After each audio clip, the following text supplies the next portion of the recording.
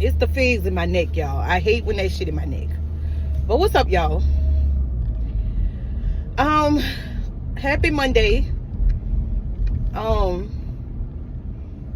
Y'all, grief has been taking a toll on me, but guess what? What made me say I was gonna get myself up when my children started feeling it.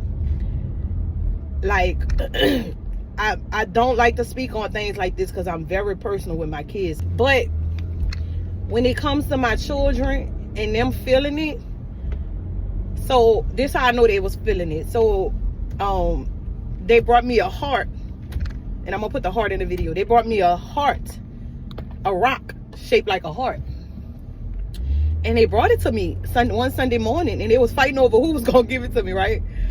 So Kenny boss just like stood over me, and like, I don't know, it was just a look he gave me. I was like, what's up, son, what's wrong? And he just like pointed at Dama and just started crying and pointed at me. He didn't say like, oh, I miss Uncle Dama, or I feel your pain for Uncle Dama. Like, he didn't say that, but of course him doing that let me know that he feel it, right? He was crying, and he pointed at my pillow because Kenny put my brother on my pillow, a shirt. So like, he be trying to do anything to please me in that area, but nothing can please me in that area. Like, I need him to come back, but I know he won't come back, and I ain't trying to go up there. Not right now. Give me about 50 more years. That's it. 50 more years, and I'll see you, brother, but not right now. So that kind of made me get up out of that spirit. I chose to find a different hobby to keep me busy, because being in depression caused me to lay in that bed, y'all. When I say that, I mean it from the bottom of my heart. It caused me to lay in my bed and not want to do anything but eat and sleep, and pretend like I'm watching TV, but the TV be watching me. And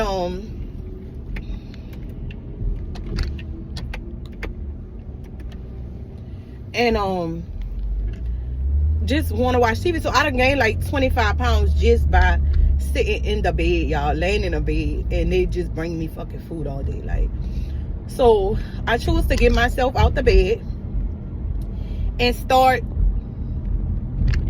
gathering myself, start loving on myself again, starting treating myself the way I used to.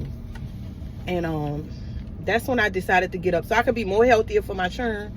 Like, they all into sports, so how can I be my fat ass out there and can't move or can't help my own children? Yes, I'm the woman, but still, I'm like a man, bitch. Like, I love to be a tomboy, so I love to participate with my kids too, not just their daddy. And so I choose to change that part of my life and fix it and gain another hobby. And on top of gaining that hobby is fulfilling my mental space, and just getting myself back healthy and happy. Grief can take a lot of it out you. Grief can calm you down in ways you never was calm. Like, it's like it humbles you, it humbles your spirit, but it also make you a demon. Like, and when I say demon, I mean not taking no shit from nobody. Fuck people. If they don't fuck with me, I don't fuck with them.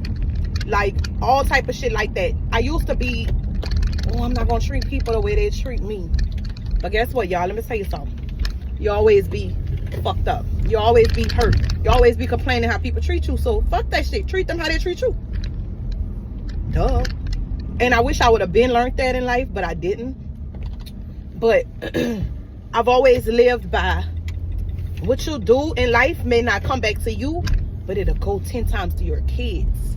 So I really don't play when it comes to my children. Like, I'm not about to do shit in this world so it could come back to my children. So I really don't reciprocate energy, because it can be them. And I train my children to be so humble and soft, that shit will bother them.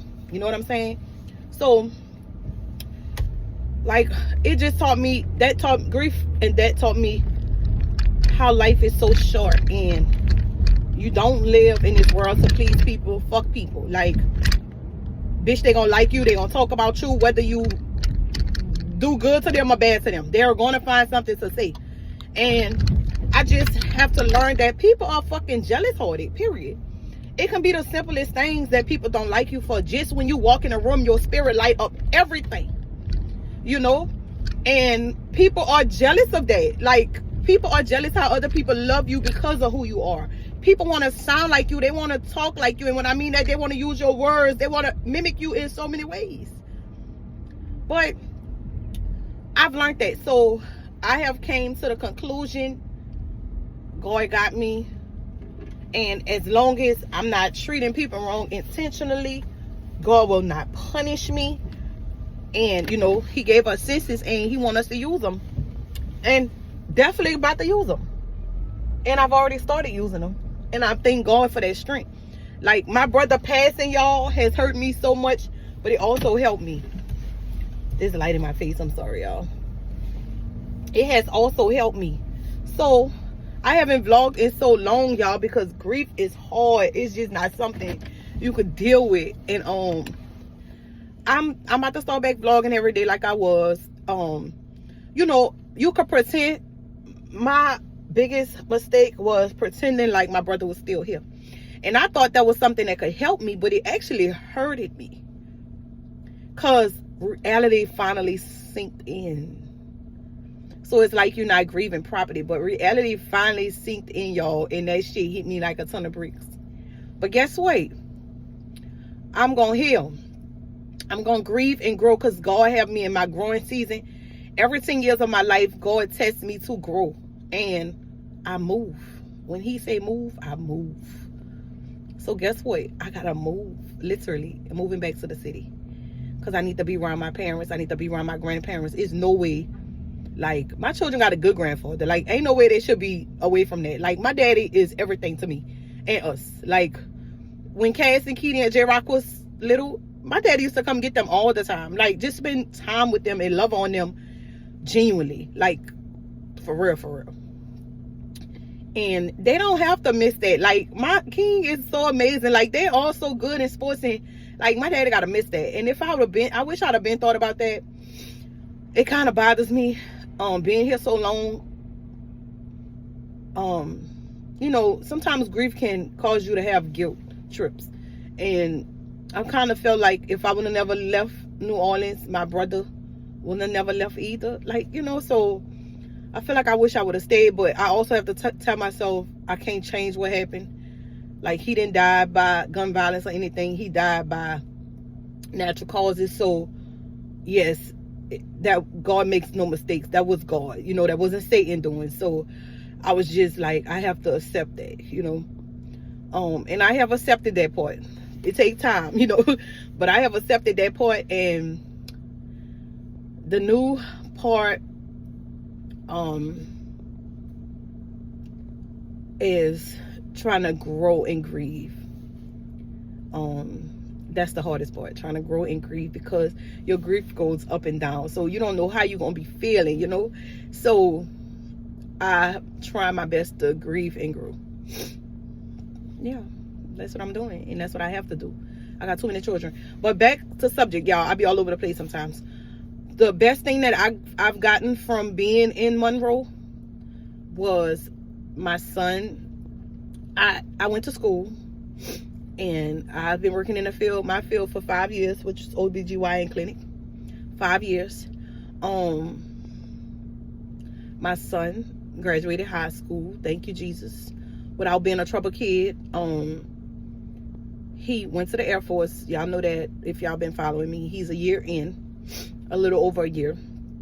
And I can't be more proud of him. He's doing so amazing. He got friends out there. He played ball.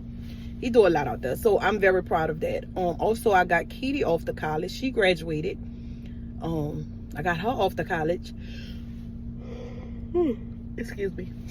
And she's in college, and she's doing good too. She got a nail business, you know. So who's to say my life would have went like that if I was in New Orleans? So I just gotta take the I just gotta take it in and just accept the fact that I did move. But I feel like I don't know, I waste too much time out here. Like, that teaches you time. That and grief teaches you time. It's like, life is too short. I'm not wasting no fucking time with nothing, nobody, nothing. So, yeah. That's my grief journey. Well, that's part of my grief journey. Like, I try not to sit and think about him all the time. But when I do, I get in a bad mood, y'all. Like, I don't want to be bothered. But I need to try to learn to grieve and grow, y'all. Like, for real. That is my new thing. GG. Grieve and grow.